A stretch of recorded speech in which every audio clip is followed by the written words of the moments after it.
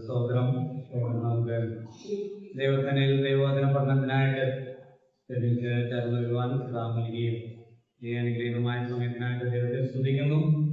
സന്നിധിയിലായിരിക്കുന്ന എല്ലാവർക്കും സുലഭമായ നാമത്തിൽ സന്ധ്യാവന്ദനം അറിയിക്കുന്നു. നാം നോവലായിട്ട് പഠിച്ചുകൊണ്ടിരിക്കുകയാണ്. നാം വിശ്വസിക്കുന്ന വിശ്വാസ പ്രമാണങ്ങളുടെ യുക്തിഭദ്രമായ വിശദീകരണമാണ് റോമാലേഖനത്തിൽ നാം കാണുന്നത്. അതുകൊണ്ട് ഈ ലേഖനത്തിന്റെ പഠനം വളരെ പ്രാധാന്യത്തെ അർഹിക്കുന്നതാണ്. തുടർമാനമായി കേൾക്കുന്നവർക്ക് കാര്യങ്ങൾ എളുപ്പം മനസ്സിലാക്കാനായിട്ട് സാധിക്കും. ഇടയ്ക്കാൻ മുടങ്ങിയാൽ അത് അല്പം ദുഷ്കരമായിരിക്കും. നിങ്ങൾ സന്തോഷത്തോടുകൂടെ ദൈവവചനം കേൾക്കുവാനായിട്ട് കടന്നു വരുന്നത് ഓർത്ത് ദൈവത്തെ ശ്രദ്ധിക്കുന്നു. നമ്മളിപ്പോൾ എവിടെയാണ് നിൽക്കുന്നത്?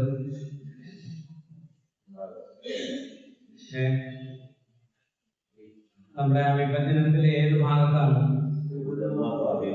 യഹൂദന്മാർ പാപികളാണ്. അത് രണ്ടാമത്തെ പ്രധാന ശീർഷകത്തിന്റെ മെയിൻ ഹെഡിങ്ങിന്റെ രണ്ടാമത്തെ ഉപശീർഷകമാണ് യഹൂദന്മാർ പാപികളാണ്. അപ്പൊ രണ്ടാമത്തെ പ്രധാന ശീർഷകം എന്താണ്? നമ്മൾ പഠിച്ചു പോകുമ്പോൾ തന്നെ ആ ഔട്ട്ലൈൻ നമ്മുടെ മനസ്സിലിങ്ങനെ സെറ്റ് ആവണം.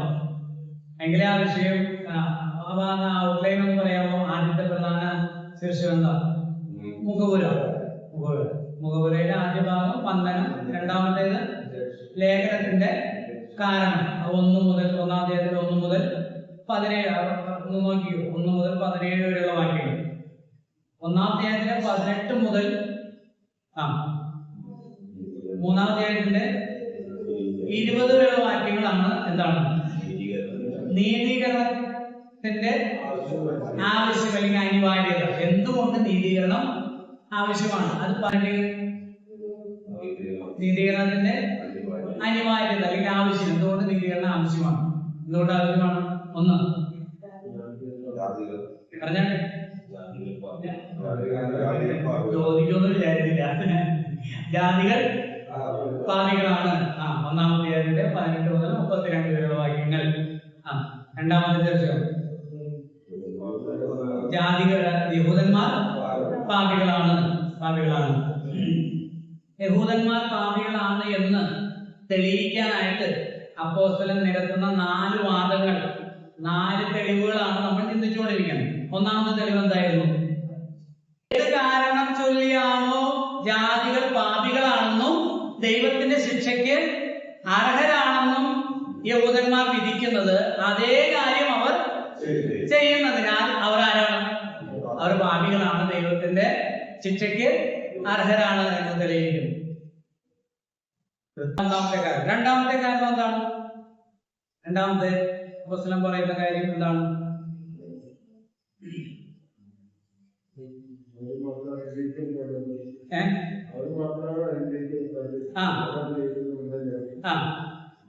യഹൂദന്മാരുടെ ചിന്തയാണ് എന്ത്? അവർ ദൈവത്താൽ അനുഗ്രഹിക്കപ്പെട്ടവരാണ്. ദൈവികമായ ധാരാളം നന്മകൾ, അനുഗ്രഹങ്ങൾ അവർക്ക് ലഭിച്ചതുകൊണ്ട് അവരാരല്ല? പാപികളല്ല എന്നൊരു ചിന്ത അവർക്ക് ഉണ്ട്. ആ ചിന്ത, അവരുടെ ധാരണ മാറ്റുന്നതാണ് 4 മുതൽ നേരത്തെ പറഞ്ഞ പോർഷൻ 1 മുതൽ 3 വരെയുള്ള വാക്യങ്ങൾ. അന്യനെ വിധിക്കുന്നതിനാൽ അവർ വിധിക്കപ്പെടുവാൻ യോഗ്യരാണ് എന്ന് പറയുന്നു. 4 മുതൽ 11 വരെയുള്ള വാക്യങ്ങളിൽ ദൈവത്തിന്റെ അനുഗ്രഹം ഒരിക്കലും, ദൈവിക നന്മകൾ ഒരിക്കലും തങ്ങൾ പാപികളല്ല എന്നുള്ളതിനുള്ള സർട്ടിഫിക്കറ്റ് അല്ല, മറിച്ച് ദൈവം എല്ലാവർക്കും അത് കൊടുക്കുന്നു. അതിലെ പോർഷനിലെ പ്രധാനപ്പെട്ട വാക്യമാണ് ഏതാ? 11-ാമത്തെ വാക്യം. ദൈവത്തിന്റെ പക്കൽ 9-ഉം 10-ഉം വാക്യങ്ങളും എല്ലാ വാക്യം പ്രധാനപ്പെട്ട 9-10 വാക്യം എന്ന് പറഞ്ഞ് ഒന്ന് വായിച്ച്. തിന്മ പ്രവർത്തിക്കുന്ന ഏത് മനുഷ്യാത്മാവിനും കഷ്ടവും സങ്കടവും ആദ്യം യഹൂദനും പിന്നെ യവനനും വരും. നന്മ പ്രവർത്തിക്കുന്ന ഏവനും മഹത്വവും ആനവും സമാധാനവും ആദ്യം യഹൂദനും പിന്നെ യവനനും വരും. തിന്മ പ്രവർത്തിക്കുന്നത് യഹൂദനാണെങ്കിൽ അവനെന്ത് വരും? കഷ്ടവും സങ്കടവും. തിന്മ പ്രവർത്തിക്കുന്നത് ജാതീയനാണെങ്കിൽ സങ്കടവും വരും. നന്മ പ്രവർത്തിക്കുന്ന യഹൂദനാണെങ്കിൽ അവന് മാനവും മഹത്വവും സമാധാനം കിട്ടും. അത് വിജാതിയനാണെങ്കിലും അവനും കിട്ടും. ദൈവത്തിന്റെ പക്കൽ പാപിയാണോ എന്നുള്ളതിന് ഉള്ള തെളിവല്ല, അല്ലെങ്കിൽ പാപിയല്ല എന്നുള്ളതിനുള്ള ഒരു സർട്ടിഫിക്കറ്റ് അല്ല ദൈവം നൽകിയ നന്മകൾ. പലപ്പോഴും മനുഷ്യൻ വിശ്വാസികൾക്ക് അങ്ങനെ തെറ്റിദ്ധാരണയുണ്ട് പലപ്പോഴും, അല്ലേ? കാശ് കൂടുതൽ ഉണ്ടായതുകൊണ്ടോ, സൗകര്യങ്ങൾ കൂടുതൽ വർദ്ധിച്ചതുകൊണ്ടോ, കൂടുതൽ വിദ്യാഭ്യാസം ഉണ്ടായതുകൊണ്ടോ, കൂടുതൽ സൗന്ദര്യം ഉണ്ടായതുകൊണ്ടോ ഒന്നും പാപിയല്ല, അല്ലെങ്കിൽ നല്ലവനാണെന്നുള്ളതിന്റെ ദൈവത്തൊക്കെ കൊടുത്ത് ഞാൻ നല്ലവനായതുകൊണ്ട് തന്നതാണ് എന്നാണോ? അല്ല. അവിടെ പറഞ്ഞിട്ടുണ്ട് 4-ാമത്തെ വാക്യം 4, അല്ല, ദൈവത്തിന്റെ ദയ നിന്നെ മാനസാന്തരത്തിലേക്ക് നടത്തുന്നു എന്നറിയാതെ നീ അവന്റെ ദയ, ക്ഷമ, ദീർഘശാന്തി എന്നിവയുടെ ഐശ്വര്യം കണ്ടോ. ദൈവത്തിന്റെ ദയ, ദൈവത്തിന്റെ നന്മ നിന്നെ എന്തിലേക്ക് നടത്തണം? മാനസാന്തരത്തിലേക്ക് നടത്തണം. എനിക്ക് തോന്നുന്നു ലൂക്കോസ് 13-ാം അധ്യായത്തിൽ ഒരു കൂട്ടം ആളുകൾ ഓടി വന്ന് കർത്താവിനോട് പറഞ്ഞു. എന്താണ് 13:1? ആ സമയത്ത് തന്നെ അവിടെ ഉണ്ടായിരുന്ന ചില പീലാത്തോസ് ഗലീലക്കാരന്റെ ചോര അവരുടെ യാഗങ്ങളോട് കലർത്തിയ വർത്തമാനം അവനോട് അറിയിച്ചു. അതിന് അവൻ ഉത്തരം പറഞ്ഞത്, ആ ഗലീലക്കാർ ഇത് അനുഭവിക്കാൻ എല്ലാ ഗലീലക്കാരിലും പാപികളായിരുന്നു എന്ന് നിങ്ങൾക്ക് തോന്നുന്നുവോ? അല്ലല്ല, മാനസാന്തരപ്പെടാഞ്ഞാൽ നിങ്ങൾ എല്ലാവരും അങ്ങനെ വേണം. അവനാരാ എന്ന് നമ്മൾ ചിന്തിക്കുമ്പോൾ ഞാൻ ഇന്നിങ്ങനെ ചിന്തിക്കുകയായിരുന്നു. നമ്മൾ ഓരോ നാളും കർത്താവിനോട് കൂടുതൽ അടുക്കുകയും, അതായത് വചനത്തിലൂടെയും പരിശുദ്ധാത്മാവിലൂടെ അടുക്കുന്തോറും നമ്മുടെ കുഴപ്പങ്ങളാണ് കൂടുതൽ എന്ത് ചെയ്യുന്നത്? വെളിപ്പെട്ട് വരുന്നത്. വെളിച്ചത്തിലേക്ക് അടുക്കുന്തോറും അപ്പോ നമുക്ക് എളുപ്പമാണ് മറ്റൊരാളെ വിധിക്കാനായിട്ട്. അപ്പോ അതാണ് അവിടെ പറയുന്നത്. നന്മ ലഭിക്കുന്തോറും കൂടുതൽ എന്ത് വേണം? മാനസാന്തരം ഉണ്ടാകണമെന്ന 4-ാം വാക്യം പറയുന്നത്. അല്ലാതെ ഞാൻ ദൈവം എനിക്ക് നന്മ തന്നുകൊണ്ട് ഞാൻ നല്ലവനാണ് എന്നല്ല, ഞാൻ നല്ലവനായതുകൊണ്ടാണ് എനിക്ക് നന്മ തന്നത് എന്ന് ചിന്തിക്കരുത് എന്നാണ് ആ പോർഷൻ പറയുന്നത്. ദൈവത്തിന്റെ പക്കൽ മുഖപക്ഷനായ യഹൂദനും പാപിയാണ്. 12 മുതൽ 24 വരെയുള്ള വാക്യങ്ങളിൽ ന്യായപ്രമാണത്തെ സംബന്ധിച്ചാണ് പറയുന്നത്. യഹൂദന്മാരുടെ മറ്റൊരു ചിന്തയാണ്, ഞങ്ങൾക്ക് എന്തുണ്ട്? ന്യായപ്രമാണമുണ്ട്. ലോകത്തിലെ മറ്റു മതസ്ഥർക്ക് എന്തില്ല? അങ്ങനെയുള്ള ധർമ്മശാസ്ത്ര ഗ്രന്ഥങ്ങളൊന്നുമില്ല, ഒരു പ്രമാണമില്ല. ഞങ്ങൾക്ക് എന്തുണ്ട്? മോശ മുഖാന്തരം ഞങ്ങൾക്ക് എന്ത് കിട്ടി? ന്യായപ്രമാണം ലഭിച്ചു. നമ്മൾ കലാപലയങ്ങൾ വായിക്കുന്നുണ്ട്. അത് ലംഘനങ്ങൾ നിമിത്തം കൂട്ടിച്ചേർത്തതും ദൂതന്മാർ മുഖാന്തരം മധ്യസ്ഥന്റെ കയ്യിലേൽപ്പിച്ചതാണ്. സ്തെഫാനോസിന്റെ പ്രസംഗത്തിൽ പറയുന്നുണ്ട്. സ്തെഫാനോസിന്റെ പ്രസംഗം എവിടെയാ? അപ്പോസ്തലപ്രവൃത്തി 7-ാം അധ്യായം. അവിടെ പറയുന്നുണ്ട് 53-ാമത്തെ വാക്യത്തിൽ, അവന് നിങ്ങൾ ഇപ്പോൾ ദ്രോഹികളും കുലപാതകന്മാരുമായി തീർന്നു. നിങ്ങൾ ദൈവദൂതന്മാരുടെ നിയോഗങ്ങളായി ന്യായപ്രമാണം പ്രാപിച്ചുവെങ്കിലും പ്രമാണിച്ചില്ല. അപ്പോ ദൈവദൂതന്മാർ മുഖാന്തരം മധ്യസ്ഥനായ മോശ വഴി അവർക്ക് എന്ത് കിട്ടി? ന്യായപ്രമാണം കിട്ടി. പിന്നീട് പ്രവാചകന്മാരും മറ്റ് ആളുകൾ മുഖാന്തരം അവർക്ക് സങ്കീർത്തന പുസ്തകങ്ങളും പ്രവാചക പുസ്തകങ്ങളും ഒക്കെ കൂട്ടിച്ചേർക്കപ്പെട്ടു. അപ്പൊ ഈ ന്യായപ്രമാണം ഒരു ധർമ്മശാസ്ത്ര ഗ്രന്ഥമുള്ള ഒരു ജനത എന്ന നിലയിൽ അവർ വളരെയധികം അഭിമാനം കൊണ്ടിരുന്നു. അപ്പോ ന്യായപ്രമാണം കയ്യിലുണ്ട് എന്നുള്ളത് പാപിയല്ല എന്നുള്ളതിനുള്ള തെളിവല്ല. 12 മുതൽ വായിക്കും. 12. ന്യായപ്രമാണമില്ലാതെ പാപം ചെയ്തവരൊക്കെയും ന്യായപ്രമാണം കൂടാതെ നശിച്ചു പോകും. ന്യായപ്രമാണം ഉണ്ടായിട്ട് പാപം ചെയ്തവരൊക്കെയും ന്യായപ്രമാണത്താൽ വിധിക്കപ്പെടും. ന്യായപ്രമാണം കേൾക്കുന്നവരല്ല, ദൈവസന്നിധിയിൽ നീതിമാന്മാർ. ന്യായപ്രമാണം ആചരിക്കുന്നവരത്രേ നീതീകരിക്കപ്പെടുന്നത്. ന്യായപ്രമാണം ഇല്ലാത്ത ജാതികൾ ന്യായപ്രമാണത്തിലുള്ളത് സ്വഭാവത്താൽ ചെയ്യുമ്പോൾ ന്യായപ്രമാണം ഇല്ലാത്തവർ തങ്ങൾക്ക് തന്നെ ഒരു ന്യായപ്രമാണമാകുന്നു. അവരുടെ മനസാക്ഷി കൂടെ സാക്ഷ്യം പറഞ്ഞു. അവരുടെ വിചാരങ്ങൾ തമ്മിൽ കുറ്റം ചുമത്തുകയോ പ്രതിപാദിക്കുകയോ ചെയ്തുകൊണ്ട് അവർ ന്യായപ്രമാണത്തിന്റെ പ്രവൃത്തി തങ്ങളുടെ ഹൃദയത്തിൽ എഴുതിയിരിക്കുന്നതായി കാണിക്കും. ദൈവം യേശുക്രിസ്തു മുഖാന്തരം മനുഷ്യരുടെ രഹസ്യങ്ങളെ എന്റെ സുവിശേഷ പ്രകാരം ന്യായം വിധിക്കുന്ന നാളിൽ തന്നെ. ഇവിടെ 12-ാമത്തെ വാക്യത്തില് അതെല്ലാം ഉണ്ട്. അവരൊറ്റ വാക്യമാണ് ഈ ഒരു പോർഷന്റെ സംക്ഷിപ്തം എന്ന് പറയും. 12-ാമത്തെ വാക്യം നോക്കി. 12-ാം വാക്യം. ന്യായപ്രമാണമില്ലാതെ ചെയ്തതൊക്കെ ന്യായപ്രമാണം കൂടാതെ നശിച്ചു പോകും. ന്യായപ്രമാണം ഉണ്ടായിട്ട് പാപം ചെയ്തവരൊക്കെ ന്യായപ്രമാണത്താൽ വിധിക്കപ്പെടും. ചിന്തിക്കുന്ന എന്താ? ഞങ്ങൾക്ക് എന്തുണ്ട്? ന്യായപ്രമാണമുണ്ട്. അതുകൊണ്ട് ഞങ്ങൾ ജാതികളെക്കാൾ മെച്ചപ്പെട്ടവരാണ്, ബെറ്ററാണ്, അല്ലെങ്കിൽ അവരെക്കാൾ ഞങ്ങൾ നല്ലവരാണ്. അങ്ങനെ പറയാൻ കഴിയുമോ? ആ 12-ാം വാക്യം പറയുന്ന അങ്ങനെ പറയാൻ കഴിയില്ല. ന്യായപ്രമാണം ഉള്ളവൻ എന്ത് ചെയ്യും? ന്യായപ്രമാണം കൊണ്ട് വിധിക്കും, ന്യായം വിധിക്കും. ന്യായപ്രമാണം കൂടാതെ പാപം ചെയ്തവരെ, ന്യായപ്രമാണം ഇല്ലാതെ പാപം ചെയ്തവരെ ന്യായപ്രമാണം ഇല്ലാതെ വിധിക്കും. ന്യായപ്രമാണം ഉണ്ടായിട്ട് പാപം ചെയ്തവരെ ന്യായപ്രമാണം കൊണ്ട് വിധിക്കും. അപ്പൊ രണ്ടു കൂട്ടുകാരാ പാപികളാ. ന്യായപ്രമാണം ഉണ്ടായിട്ട്, ഉദാഹരണം പറഞ്ഞാൽ അപ്പുറത്തെ വീട്ടിലെ ആളുടെ കയ്യില് ബൈബിളില്ല, നമ്മളെ വെച്ച് നമ്മളൊന്ന് ഈ വചനം നോക്കുക. തൊട്ട അയൽപക്കത്തെ ആള് വചനം പഠിച്ചിട്ടില്ല, കേട്ടിട്ടില്ല, അറിയില്ല, അദ്ദേഹം നുണ പറയുന്നു. അപ്പൊ എന്താ? പാപമാണ്. നമ്മൾ ചെറുപ്പം മുതൽ വചനം ചെയ്യുന്നു, കേൾക്കുന്നു, പഠിക്കുന്നു. നമ്മുടെ വീട്ടില് ഷെൽഫില് അല്ലെങ്കിൽ മേശയുടെ പുറത്ത് ബൈബിൾ എപ്പോഴും വെച്ചിട്ടുണ്ട്. രാവിലെ വൈകുന്നേരം ബൈബിൾ വായിക്കുന്നു. നമ്മൾ എന്ത് പറയുന്നു? നുണ പറയുന്നു. അദ്ദേഹത്തെ എങ്ങനെ ശിക്ഷിക്കും? അയൽപക്കക്കാരന്റെ ദൈവം എങ്ങനെ ശിക്ഷിക്കും? ബൈബിൾ വെച്ചാണോ? ബൈബിൾ കൂടാതെ എന്ത് ചെയ്യും? ശിക്ഷിക്കും. നമ്മളെ ബൈബിൾ വെച്ച് ശിക്ഷിക്കും. അതാ. അപ്പൊ യഹൂദന്റെ ന്യായപ്രമാണം ഉണ്ട് എന്നുള്ളതില് യാതൊരു സവിശേഷതയും ഇല്ല. ഏത് കാര്യത്തിൽ? പാപത്തിന്റെ വിഷയത്തിൽ. പാപം എന്ന് പറയുന്ന വിഷയം വരുമ്പോൾ യഹൂദനും യവനനും അല്ലെങ്കിൽ വിജാതീയനും ഒരുപോലെയാണ്, ഒരു വ്യത്യാസവും ഇല്ല. അപ്പൊ ന്യായപ്രമാണം ഉണ്ടായിട്ട്, ന്യായപ്രമാണം കൂടാതെ പാപം ചെയ്തവരെ ന്യായപ്രമാണം കൂടാതെ ന്യായം വിധിക്കുക, അല്ലെങ്കിൽ അവര് നശിച്ചു പോകും. ന്യായപ്രമാണം ഉണ്ടായിട്ട് പാപം ചെയ്തവർക്ക് ന്യായപ്രമാണത്താൽ വിധിക്കും.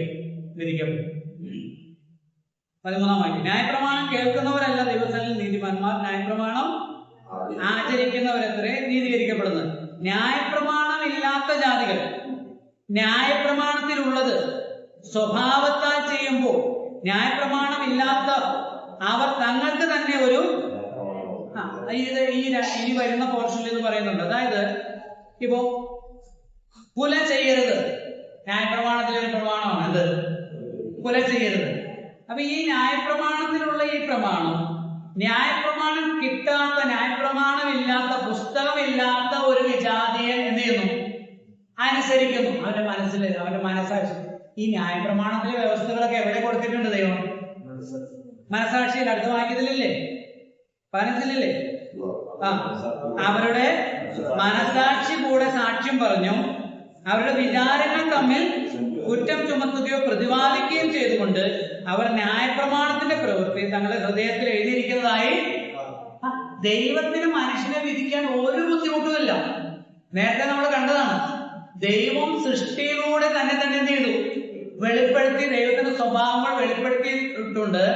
അത് അവരുടെ ബുദ്ധിക്ക് തെളിവായി ചെയ്തിരിക്കുന്നു, വെളിപ്പെടുത്തിയിരിക്കുന്നതാണ്. മനസാക്ഷി ദൈവത്തെ എഴുതി വെച്ചിരിക്കുക, കോരി വെച്ചിരിക്കുക. കല്ലിൽ കൊത്തിയ പ്രമാണം യഹൂദന് കൊടുത്തതുപോലെ സർവമാനവരുടെയും മനസാക്ഷി ദൈവം എന്ത് ചെയ്തിട്ടുണ്ട്? ഈ ന്യായപ്രമാണം ഒരുത്തിന്റെ ചെകിടത്ത് അടിക്കുമ്പോൾ നീ ചെയ്തത് തെറ്റാണ്, അങ്ങനെ ചെയ്യാൻ പാടില്ല എന്ന ഒരു മനോബോധം അവന്റെ ഉള്ളിൽ ദൈവം കൊടുക്കുന്നുണ്ട്. കല്ലിനെ നമസ്കരിക്കുമ്പോൾ ദൈവം അവന്റെ ഉള്ളിൽ മനോബോധം കൊടുക്കുന്നുണ്ട്. ഇതല്ല ദൈവം, നിന്നെ സൃഷ്ടിച്ച ഒരു ദൈവം ഉണ്ടെന്നുള്ള അത് മനസാക്ഷിയിൽ കൊടുക്കുന്നുണ്ട്. അപ്പൊ അത് ആ മനസാക്ഷിയിലുള്ള തത്വം അനുസരിച്ച് ന്യായപ്രമാണത്തിലുള്ള കാര്യങ്ങൾ ചെയ്യുമ്പോൾ അവന്റെ ഉള്ളിൽ എന്തുണ്ട്? ന്യായപ്രമാണം ഉണ്ട്. ഇനി ഈ കല്ലിൽ കൊത്തിയ പ്രമാണം അല്ലെങ്കിൽ ന്യായപ്രമാണത്തിലുള്ള കാര്യങ്ങൾ ഒരുവൻ ചെയ്യാതിരിക്കുമ്പോൾ അവനെന്തില്ല? അവൻ ന്യായപ്രമാണം ഇല്ല. അവൻ ന്യായപ്രമാണം ലംഘിയായിത്തീരുന്നു. മുന്നോട്ട് പോകാം. അതിന്റെ 17-ാമത്തെ വാക്യം. നീയോ യഹൂദനെന്ന് പേർ കൊണ്ടും ന്യായപ്രമാണത്തിൽ ആശ്രയിച്ചും ദൈവത്തിൽ പ്രശംസിച്ചും ന്യായപ്രമാണത്തിൽ നിന്ന് പഠിക്കാൻ അവന്റെ ഇഷ്ടം അറിഞ്ഞും ഭേദാഭേദങ്ങൾ വിവേചിച്ചും ജ്ഞാനത്തിന്റെയും സത്യത്തിന്റെയും സ്വരൂപം ന്യായപ്രമാണത്തിൽ നിന്ന് നിനക്ക് ലഭിച്ചതുകൊണ്ട്. അപ്പോൾ യഹൂദന് ന്യായപ്രമാണം ലഭിച്ചതുകൊണ്ട് എന്തെല്ലാം പ്രയോജനം ഉണ്ടായി? എന്തെല്ലാം പ്രയോജനം ഉണ്ടായി?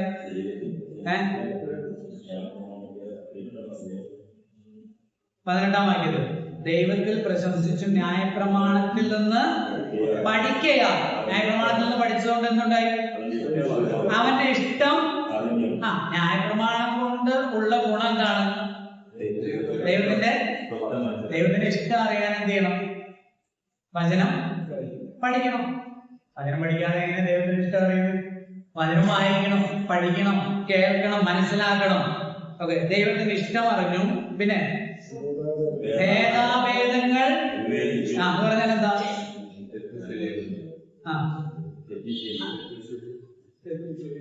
തെറ്റും ശരിയും മനസ്സിലാക്കുക. ഭേദാഭേദങ്ങൾ അല്ലെങ്കിൽ ഏറ്റവും അവിടെ ഉപയോഗിച്ചിരിക്കുന്നത് approve what is more excellent. ഏറ്റവും നല്ലത് എന്താണെന്ന് മനസ്സിലാക്കുക. അത് ഏതിലൂടെ മനസ്സിലാക്കാൻ പറ്റും? ന്യായപ്രമാണത്തിലൂടെ മനസ്സിലാക്കാൻ കഴിയും. അങ്ങനെ നിങ്ങൾ അറിഞ്ഞു. പിന്നെ ജ്ഞാനത്തിന്റെയും സത്യത്തിന്റെയും സ്വരൂപം ന്യായപ്രമാണത്തിൽ നിന്ന് നിനക്ക് ലഭിച്ചതുകൊണ്ട് ജ്ഞാനത്തിന്റെയും സത്യത്തിന്റെയും സ്വരൂപം ലഭിച്ചു. ദൈവികമായ ജ്ഞാനം, ദൈവികമായ സത്യങ്ങളെ കുറിച്ചുള്ള വെളിച്ചം ലഭിച്ചു. അങ്ങനെ ലഭിച്ചത് കൊണ്ട് നീ ആരായി മാറി? കുരുടർക്ക്. ഇവിടെ കുരുടരെന്ന് ഉദ്ദേശിക്കുന്ന ആരായിരിക്കും? അപ്പോ നീ ആരാ? 17-ാം വാക്യത്തിൽ നീ ആരാ? നീയോ യഹൂദൻ അല്ലെ? അപ്പൊ നിനക്ക് ഇതൊക്കെ ലഭിച്ചു, നിനക്ക് വെളിച്ചം കിട്ടി, നിനക്ക് ഭേദാഭേദങ്ങൾ മനസ്സിലാക്കാൻ കഴിയുന്നുണ്ട്, സത്യത്തിന്റെയും ജ്ഞാനത്തിന്റെയും വകതിരിവ് നിനക്ക് കിട്ടി. അപ്പോൾ നീ മറ്റുള്ളവരെ ആരെ? കുരുടർക്ക് വഴികാട്ടി. അപ്പൊ കുരുടൻ ആരാ? ജാതികൾ. ജാതികൾക്ക് വഴികാട്ടുന്നവൻ, ഇരുട്ടിലുള്ളവർക്ക് വെളിച്ചം, മൂഢരെ പഠിപ്പിക്കുന്നവൻ, ശിശുക്കൾക്ക് ഉപദേഷ്ടാവ് എന്ന് ഉറച്ചുമിരിക്കുന്നെങ്കിൽ ഹേ അന്യനെ. ഇവിടെ ഹേ ഉപദേശിക്കുന്നവൻ ആരാ? യഹൂദൻ. അന്യനാരാ? ജാതികൾ. ഹേ അന്യനെ ഉപദേശിക്കുന്നവനെ, നീ നിന്നെ തന്നെ ഉപദേശിക്കാത്തത്. മോഷ്ടിക്കരുത് എന്ന് പ്രസംഗിക്കുന്ന നീ മോഷ്ടിക്കുന്നു. വ്യഭിചാരം ചെയ്യരുത് എന്ന് പറയുന്ന നീ വ്യഭിചാരം ചെയ്യുന്നു. വിഗ്രഹങ്ങളെ വെറുക്കുന്ന നീ വിഗ്രഹം മോഷ്ടിക്കല്ലേ, പിന്നെ ക്ഷേത്രം അങ്ങനെ തന്നെ കവർച്ച ചെയ്യുന്നു. ന്യായപ്രമാണത്തിൽ പ്രശംസിക്കുന്ന നീ ന്യായപ്രമാണ ലംഘനത്താൽ ദൈവത്തെ അപമാനിക്കുന്നുവോ? നിങ്ങൾ നിമിത്തം ദൈവത്തിന്റെ നാമം ജാതികളുടെ ഇടയിൽ ദുഷിക്കപ്പെടുന്നു എന്ന് എഴുതിയിരിക്കുന്നുവല്ലോ. ഇവരെ ന്യായപ്രമാണം കിട്ടി അവർ ചെന്ന് പറയുക വിഗ്രഹങ്ങൾ എന്ത് ചെയ്യാൻ പാടില്ല. 10 കൽപ്പന ഞങ്ങൾക്ക് കിട്ടിയിട്ടുണ്ട്. ആ 10 കൽപ്പനയിൽ എത്രാമത്തെ കൽപ്പന? വിഗ്രഹങ്ങൾ ഉണ്ടാക്കരുത്, നമസ്കരിക്കരുത്, ആരാധിക്കരുത്. എത്രയാ? 2. നമുക്കത് 10 കൽപ്പനയൊന്നുമില്ല, അത് അവർക്കാണ്. അങ്ങനെയല്ല, 10 കൽപ്പനയിൽ 2ാമത്തെ കൽപ്പനയാണത്. ഒന്ന് നിന്റെ ദൈവമായ കർത്താവ് ഞാനാകുന്നു, ഞാനല്ലാതെ എന്റെ ദൈവം നിനക്ക്. 2 പറഞ്ഞു. ഒരു വിഗ്രഹവും നിനക്കായ ഒരു വിഗ്രഹവും ഉണ്ടാക്കരുത്. നിനക്കായ ഒരു വിഗ്രഹം എന്ന് പറയുന്നതിന് ഒരു വ്യംഗ്യമുണ്ട്, അതൊന്ന് പറഞ്ഞത്. അതായത് നിനക്ക് ആരാധിക്കാനായിട്ട് ഒരു രൂപവും ഉണ്ടാക്കരുത് എന്നുള്ളതാണ്. അപ്പൊ ഈ സാധാരണ ഈ വിഗ്രഹാരാധനയുമായി ബന്ധപ്പെട്ട കാര്യങ്ങൾ പറയുമ്പോൾ ഈ മറ്റുള്ള ആളുകൾ അല്ലെങ്കിൽ മറ്റ് സമുദായത്തിൽ പറയുന്ന ഒരു കാര്യം, അവിടെ രൂപം ഉണ്ടായിരുന്നല്ലോ. എവിടെ? യെരുശലേം ദേവാലയത്തിൽ രൂപം ഉണ്ടായിരുന്നല്ലോ. കാളയുടെ മുകളിലായിരുന്നത്, താമ്രത്തൊട്ടി ഉണ്ടാക്കിയത്. പിന്നെ അതിവിശുദ്ധ സ്ഥലത്ത് എന്തുണ്ട്? കെരൂബുകള്. തങ്കത്തിൽ അടിച്ചു തീർത്ത കെരൂബുകളുടെ രൂപം ഉണ്ടായിരുന്നല്ലോ. അപ്പൊ രൂപം ഉണ്ടാക്കല്ലോ. അതാണ് ഞങ്ങൾ സ്വരൂപ വണക്കം ഞങ്ങൾ നടത്തുന്നത്. അതുകൊണ്ടാണ് അവിടെ വ്യക്തമായിട്ട് എഴുതിയിട്ടുള്ളത്, നിനക്കായൊരു വിഗ്രഹവും ഉണ്ടാക്കരുത്. അത് ആരാധിക്കാനായിട്ട് ഒന്നിന്റെ രൂപം. അത് ആവർത്തന പുസ്തകം 5-ാം അധ്യായത്തിലുണ്ട്. മുകളിൽ ആകാശത്തിലോ താഴെ ഭൂമിയിലോ ഭൂമിക്കടി വെള്ളത്തിലുള്ള യാതൊന്നിന്റെയും പ്രതിമയോ സ്വരൂപമോ നീ നിർമ്മിക്കുകയോ അതിന്റെ മുമ്പിൽ നമസ്കരിക്കുകയോ ചെയ്യരുത്. ആവർത്തന 5-ൽ പറയുന്നത്, മോശെ ഹോരേബിൽ നിന്ന് ദൈവം ഹോരേബ് പർവ്വതത്തിൽ വെച്ച് നിങ്ങളോട് സംസാരിച്ചപ്പോൾ നിങ്ങൾ ഒരു പറയാവോ? രൂപവും കണ്ടില്ലല്ലോ, ഒരു രൂപവും കണ്ടില്ലല്ലോ. എന്നിട്ട് പറയുന്നത് ഒന്നിന്റെയും പ്രതിമ ഉണ്ടാക്കി നിങ്ങളെ തന്നെ അശുദ്ധരാക്കാതിരിപ്പാൻ സൂക്ഷിച്ചുകൊള്ളുകയും. അപ്പൊ ആരാധിക്കാനായിട്ട് ഉണ്ടാക്കരുത്, അതാണ് രണ്ടാമത്തെ കൽപ്പന. മൂന്നാമത്തെ കൽപ്പനയാണ് കർത്താവിന്റെ നാമം വൃഥാ ഉപയോഗിക്കും. നാലാമത്തെ കൽപ്പനയാണത് ശബ്ദ നാളിനെ വിശുദ്ധീകരിക്കുക. ഈ 4 കൽപ്പന ദൈവവുമായിട്ട് ബന്ധപ്പെട്ട കാര്യങ്ങൾ. ബാക്കി 6 മനുഷ്യരുമായി ബന്ധപ്പെട്ടതാണ്. ആദ്യത്തേത് ആത്മീയവും, രണ്ടാമത്തേത് 6 ധാർമ്മികവുമാണ്, മോറലാണ്. First one is spiritual and the second part is moral, ധാർമ്മികമാണ്. കൊല ചെയ്യരുത്, വ്യഭിചാരം ചെയ്യരുത്, മോഷ്ടിക്കരുത്, കള്ളസാക്ഷ്യം പറയരുത്. ആദ്യത്തെ അപ്പനെ അമ്മയെയും ബഹുമാനിക്കുക, കൊല ചെയ്യരുത്, വ്യഭിചാരം ചെയ്യരുത്, മോഷ്ടിക്കരുത്, കള്ളസാക്ഷ്യം പറയരുത്, മോഹിക്കരുത്. 6. അപ്പൊ ഇത് യഹൂദന് പ്രസംഗിക്കുക എന്ത്? ലോകത്തിൽ ഒരേ ഒരു ദൈവമേ ഉള്ളൂ, ആ ദൈവം അരൂപിയാണ്, ആ ദൈവം സർവശക്തനും സൃഷ്ടാവുമാണ്. ഒരു വിഗ്രഹം ഉണ്ടാക്കാൻ കവലയിലൊന്നും പ്രസംഗിക്കാം. നെല്ലിക്കുന്ന് കവലയില്, പട്ടിക്കാട് സെന്ററില്, വനക്കാവില്, താലിക്കുണ്ടില് ഒക്കെ നമ്മളൊന്ന് പ്രസംഗിക്കുക. നമ്മളാ യഹൂദനെ വിചാരിച്ചോ? നമ്മളത് വിട്ട് നമ്മൾ പ്രസംഗിക്കുക, വിഗ്രഹം ഉണ്ടാക്കരുത്, നമസ്കരിക്കരുത്. പിന്നെ ഈ കൽപ്പനകളുണ്ട് കേട്ടോ, നമ്മൾ ഉറക്കെ പറയുക എന്ത്?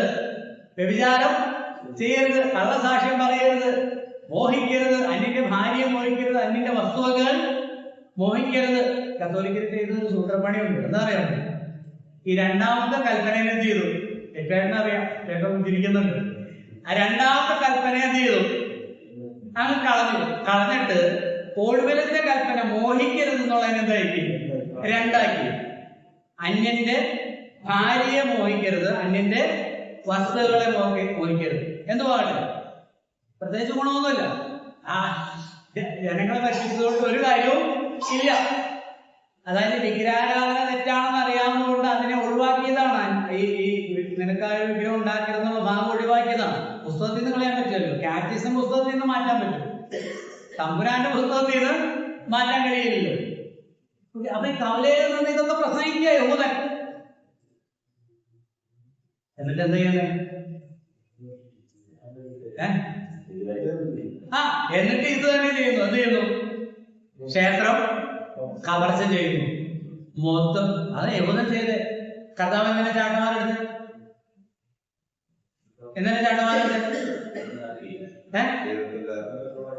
കർത്താവ് എന്താ ആരോപിച്ച് ചാട്ടവാറെടുത്ത് അടിക്കുമ്പോൾ കർത്താവ് പറഞ്ഞ വാക്കെന്താണ്? എന്റെ ആലയം പ്രാർത്ഥനാലയം എന്ന് വിളിക്കപ്പെടും, നിങ്ങളോ അതിനെ കള്ളന്മാരുടെ ഗുഹയാക്കിയിരിക്കുന്നു, നിങ്ങളോ അതിനെ വാണിഭശാല ആക്കിയിരിക്കുന്നു. അപ്പൊ ഇവര് മൊത്തമായിട്ട് എന്ത് ചെയ്യാം? കവർച്ച ചെയ്യാണ്, മുഴുവനായിട്ട് കവർച്ച ചെയ്യാണ്.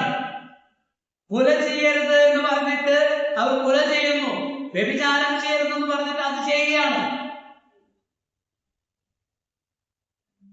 കുറെ കാര്യങ്ങൾ പറയാനുണ്ട്. ഇപ്പൊ എല്ലാം കൂടെ പറഞ്ഞാലേ ഇനി ക്ലാസ് മുന്നോട്ട് പോകണ്ടേ, അത് കുറച്ച് കഴിഞ്ഞതെന്ന് പറയും.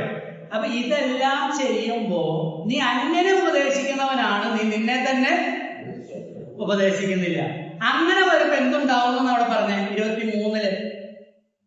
23 ന്യായപ്രമാണത്തിൽ പ്രശംസിക്കുന്ന നീ ന്യായപ്രമാണ ലംഘനത്താൽ നമ്മൾ പറയും. ന്യായപ്രമാണത്തിൽ പ്രശംസിക്കുന്ന, ന്യായപ്രമാണമല്ലാതെ ഒരു പരിപാടി നമുക്ക് ഇല്ല. അത് നമ്മൾ തന്നെയല്ലേ പറയുന്നത്. വേദപുസ്തകത്തിലെ വചനങ്ങൾ വള്ളി പുള്ളി മാറാതെ കൃത്യമായിട്ട് എന്താണോ എഴുതിയിരിക്കുന്നത് അതുപോലെ അങ്ങനെ പ്രശംസിക്കുന്ന നീ ന്യായപ്രമാണ ലംഘനത്താൽ ദൈവത്തെ അപമാനിക്കുന്നു. ഈ പുസ്തകമില്ലായിരുന്നെങ്കിൽ ഒരു കുഴപ്പമില്ല, ഇപ്പൊ ചെയ്യുന്നൊക്കെ ചെയ്തോ, ഒരു പ്രശ്നവും, ദൈവത്തിന് ഒരു അപമാനവും ഇല്ല. ദൈവത്തിന്റെ വചനത്തെ കയ്യിലെത്തിയിട്ട് അതിന് വിരുദ്ധമായി പ്രവർത്തിക്കുമ്പോൾ ദൈവത്തെ എന്ത് ചെയ്യുന്നു? വാക്യമുണ്ട്, എനിക്ക് 3:16 തോന്നുന്നു. അവിടെ പറയുന്നത്, അതോ 1:16, അവിടെ ഇങ്ങനെ പറയുന്നത്, ദൈവത്തെ അറിയുന്നു എന്ന് അവർ ദൈവത്തെ അറിയുന്നു എന്ന് പറയുകയും 1:16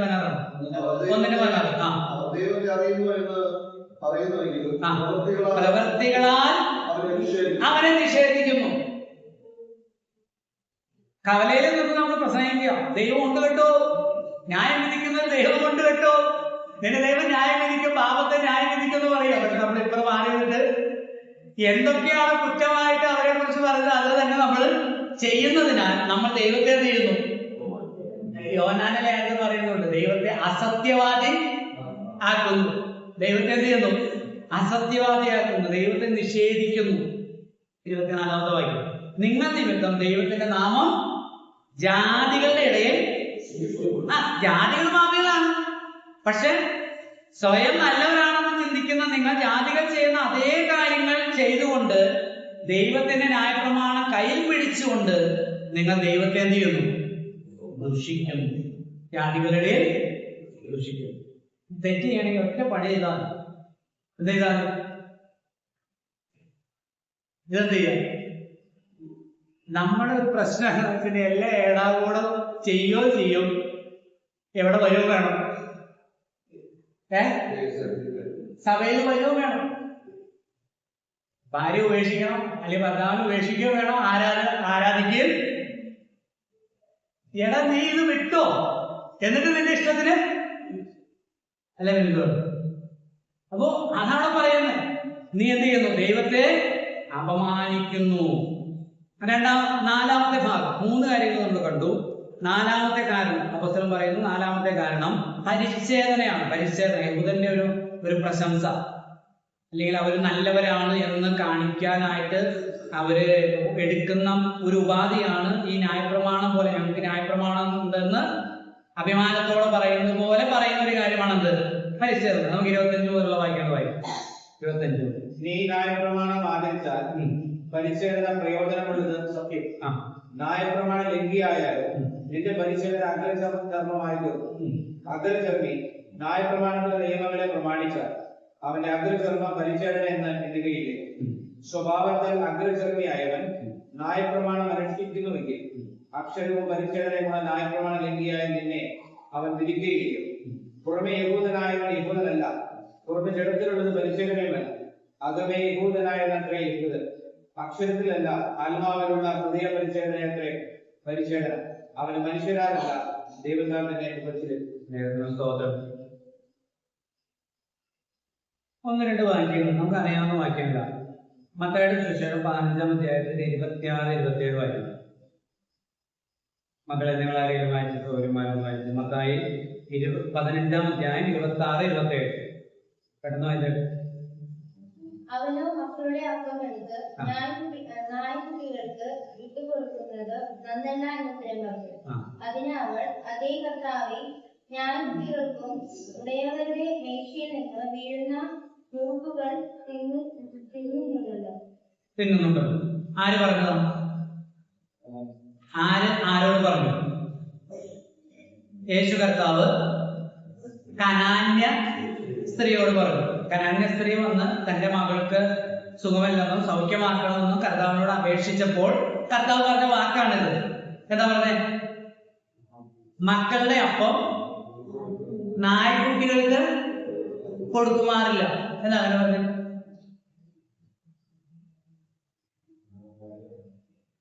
മക്കളാണ് യഹൂദൻ. ഈ സ്ത്രീ ആരാ? കനാന്യ സ്ത്രീയാണ്, യഹൂദ സ്ത്രീ അല്ല, വിജാതീയ സ്ത്രീയാണ്. അപ്പൊ അവരെന്താ വിളിച്ചത്? നായ്ക്കുട്ടികൾ, നായ്ക്കൾ അല്ലെ? ഫിലിപ്പി ലേഖനം 3-ാം അധ്യായത്തിന്റെ 2 മുതലുള്ള വാക്യങ്ങൾ. ഫിലിപ്പി ലേഖനം 3-ാം അധ്യായം 2 മുതലുള്ള വാക്യം. നായ്ക്കളെ സൂക്ഷിക്കുകയും ആകാശ വേലക്കാരെ സൂക്ഷിക്കുകയും വിച്ഛേദനക്കാരെ സൂക്ഷിക്കുകയും നാമല്ലോ പരിച്ഛേദനക്കാർ. ഇവിടെ വിഷയം എന്താണ്? പരിച്ഛേദന. വിഷയം പരിച്ഛേദനയാണ്. ജാതികളും യഹൂദന്മാരും തമ്മിലുള്ള വിഷയമാണ്. പരിച്ഛേദനവാദികളെ നിശ്ചിതമായി വിമർശിക്കുന്ന ഒരു ഭാഗമാണ് ഫിലിപ്പി ലേഖനം 3-ാം അധ്യായം. പരിച്ഛേദനവാദികൾ. അപ്പോൾ പരിച്ഛേദനവാദികൾ അല്ലെങ്കിൽ പരിച്ഛേദനക്കാർ മറ്റുള്ളവരെ വിളിക്കുന്ന ആ പേര് അപ്പോസ്തലൻ അവരെ എന്ത് ചെയ്യുക? വിളിക്കുക. എന്താ? നായ്ക്കളെ. നായ്ക്കളെ എന്ന് പറഞ്ഞാൽ ഗേറ്റിന് മുമ്പിൽ വെച്ചിരിക്കുന്ന ബോർഡാണോ? അല്ലെന്നേ. അപ്പൊ ഈ യഹൂദന്മാർ മറ്റ് ജാതികളെ വിളിക്കുന്ന ഒരു പേരാണെന്ത്? പുറജാതി നായ്ക്കൾ എന്ന് പറയുന്നത്. പുറജാതി നായ്ക്കൾ. അതിനൊരു കാരണം എന്ന് പറഞ്ഞാൽ നായ്ക്കൾ പരിശോധന ഏൽക്കാറില്ലല്ലോ. നായ്ക്കൾക്ക് ആരും അഗ്രചർമ്മഛേദനം നടത്താറില്ല, സർക്കംസിഷൻ ചെയ്യാറില്ല. അപ്പൊ അതുകൊണ്ടാണ് അവർ ആ പേരിട്ട് വിളിക്കുന്നത്. എന്ന് പറഞ്ഞാൽ ഞങ്ങളുടെ ശരീരത്തിൽ ദൈവികമായ ഒരു ചിഹ്നം, ഒരു അടയാളം വഹിക്കുന്നവരാണ്, ഞങ്ങളിൽ ദൈവം പ്രസാദിച്ചിരിക്കുന്ന ഒരു അനുഗ്രഹീത ജാതിയാണ് ഞങ്ങൾ എന്നുള്ള ധാരണയാണ് അവർക്കുള്ളത്. ആർക്ക്? യഹൂദന്മാർക്കുള്ളത്. അപ്പൊ ആ ധാരണയെ മാറ്റിക്കൊടുക്കുന്നതാണ് 25 മുതലുള്ള വാക്യങ്ങൾ. നീ ന്യായപ്രമാണം ആചരിച്ചാൽ പരിച്ഛേദന പ്രയോജനമുള്ളത് സത്യം. ന്യായപ്രമാണ ലംഘിയായാലോ നിന്റെ പരിച്ഛേദന അഗ്രചർമ്മമായി തീർന്നു. ഈ പരിച്ഛേദന ഏൽക്കുന്നത് കൊണ്ട് എത്രാമത്തെ ദിവസം ആൺകുഞ്ഞുങ്ങളെയൊക്കെ ആണല്ലോ പരിച്ഛേദന ചെയ്യുന്നത്? എത്രാം ദിവസമാണ് ചെയ്യുന്നത്? 8ാം നാൾ. അതവിടെ പറയുന്നുണ്ട് ഈ 3-ാം അധ്യായത്തിൽ അല്ലേ? 8ാം നാൾ പരിച്ഛേദനയേറ്റ്. അപ്പൊ 8ാം നാളിൽ ഒരു കുഞ്ഞിന് പരിച്ഛേദന ഏൽക്കുമ്പോൾ ആ കുഞ്ഞ് വിശുദ്ധനായി തീരുകയാണോ? ഗലാത്യലേഖനം 5:3 വായിച്ച ഗലാത്യലേഖനം 5:3 വായിക്കും.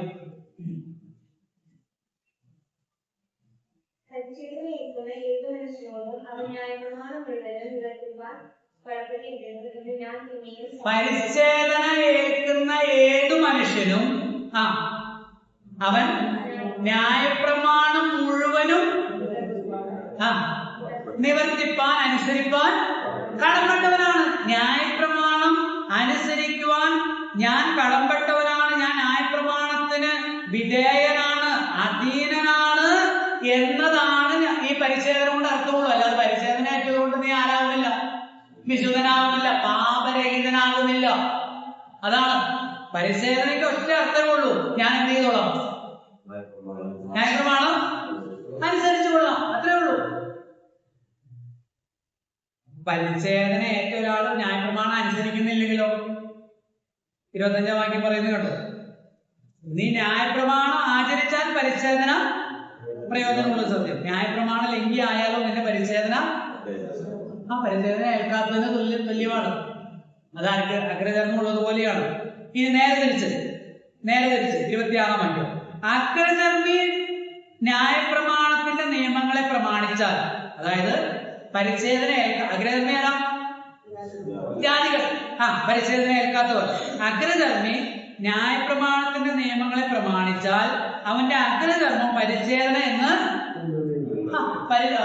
പരിച്ഛേദന ഏറ്റില്ലല്ലോ, അതുകൊണ്ട് നീ ശരിയല്ല എന്ന് ദൈവം പറയുമോ? ഇല്ല.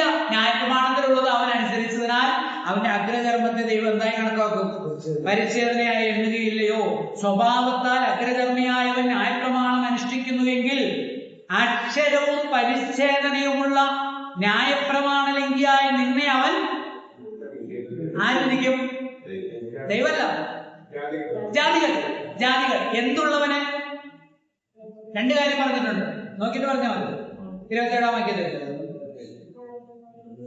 അഗ്രചർമ്മിയായവൻ, അതായത് ജാതികളിൽ നിന്നുള്ളവൻ, അക്ഷരവും പരിച്ഛേദനയുമുള്ള നിന്നെ, ന്യായപ്രമാണ ലംഘിയായി നിന്നെ എന്ത് ചെയ്യും? അവൻ വിധിക്കും. നിനക്ക് എന്തൊക്കെയുണ്ട്? അക്ഷരവും പരിച്ഛേദനയും. അക്ഷരം പറഞ്ഞത് ന്യായപ്രമാണത്തിൽ പറയുന്നത് മറ്റൊരു പദപ്രയോഗമാണ്, സിനോണിമാണ്. എന്ത്? അക്ഷരം. അത് 2 3-ാം അധ്യായത്തിൽ നമ്മൾ കാണുന്നുണ്ട്. അക്ഷരം കൊല്ലുന്നു, ആത്മാവ് ജീവിപ്പിക്കുന്നു. അക്ഷരം ന്യായപ്രമാണത്തെ കുറിച്ചാണ്. നിനക്ക് ന്യായപ്രമാണവും ഉണ്ട്, പിന്നെ പരിച്ഛേദനയുണ്ട്. പക്ഷെ നീ എന്ത് ചെയ്യുന്നു? ന്യായപ്രമാണത്തെ ലംഘിക്കുന്നു. അപ്പോൾ അവൻ നിന്നെ എന്ത് ചെയ്യും? വിധിക്കും. വിധിക്കില്ലേ? സൂചകം പറയാതെ വീടുകളിലേക്ക് ചെല്ലുമ്പോ എന്ന് പറയുന്നത്, ആദ്യം പോയി നിങ്ങൾ അവരെ നന്നായിട്ട്, ഇന്ന ആള് നിങ്ങളുടെ സഭയില് ഉള്ള ആളല്ലേ അല്ലേ? പറയില്ലേ? അതാ പറഞ്ഞിരിക്കുന്നത്. ഇന്ന ആള് നിങ്ങളുടെ സഭയിൽ ആളെ പോയി ആദ്യം നന്നാക്കിയിട്ട് ഇങ്ങോട്ട് വാ എന്ന് പറയും. ആര് പറയും? അഗ്രചർമ്മിയായവൻ. അത് അവിടെ നമുക്ക് ഇങ്ങനെ സ്നാനപ്പെടാത്തവൻ, കർത്തൃമേശ എടുക്കാത്തവൻ, ദൈവസഭയിൽ ഇല്ലാത്തവൻ, വിജാതീയനായൊരുവൻ, ഒരു അവിശ്വാസി വിശ്വാസി എന്ത് ചെയ്യും? ഇതൊക്കെ ഉള്ളവനെ രക്ഷിക്കപ്പെട്ടു എന്ന് പറയുന്നത്, ജ്ഞാനപ്പെട്ടു എന്ന് പറയുന്ന കർത്തൃമേശ എടുക്കുന്നവനെ എന്ത് ചെയ്യും? വിധിക്കും. നമ്മൾ വിധിക്കുന്നവനെ കുറ്റം പറയും. കുറ്റം പറയണ്ട കാര്യമുണ്ടോ? ഇല്ല. ഇനി 28-29 പുറമേ യഹൂദനായവൻ യഹൂദനല്ല, പുറമേ ജഡത്തിലുള്ള പരിച്ഛേദനയുമല്ല, അകമേ യഹൂദനായവൻ അത്രേ യഹൂദൻ. അക്ഷരത്തിലല്ല ആത്മാവിലുള്ള ഹൃദയ പരിച്ഛേദന അത്രേ പരിച്ഛേദന. അവന് മനുഷ്യരാലല്ല ദൈവത്താൽ തന്നെ പുകഴ്ച ലഭിക്കും. ഈ വചനം നിവൃത്തിയായി. കൊലോസ്യലേഖനം 2-ാം അധ്യായം എടുക്കാം. കൊലോസ്യലേഖനം 2-ാം അധ്യായം. ആരാ ശരിക്കുള്ള യഹൂദൻ? ആരാ ശരിക്കുള്ള യഹൂദൻ? അല്ല, ഇവിടുത്തെ വാക്യം അനുസരിച്ച് അകമേ യഹൂദൻ, പരിച്ഛേദന ഏറ്റവനാണ് ആര്? യഹൂദൻ അല്ലെ. പുറമേ യഹൂദനായവൻ യഹൂദനല്ല, പുറമേ ജഡത്തിലുള്ള പരിച്ഛേദനയുമല്ല, അകമേ യഹൂദനായവൻ അത്ര യഹൂദൻ. അക്ഷരത്തിലല്ല ആത്മാവിലുള്ള ഹൃദയ പരിച്ഛേദന. അവന് മനുഷ്യരാലല്ല ദൈവത്താൽ പുകഴ്ച ലഭിക്കും. കൊലോസ്യലേഖനം 2-ാം അധ്യായം 11-ാം വാക്യം. 11.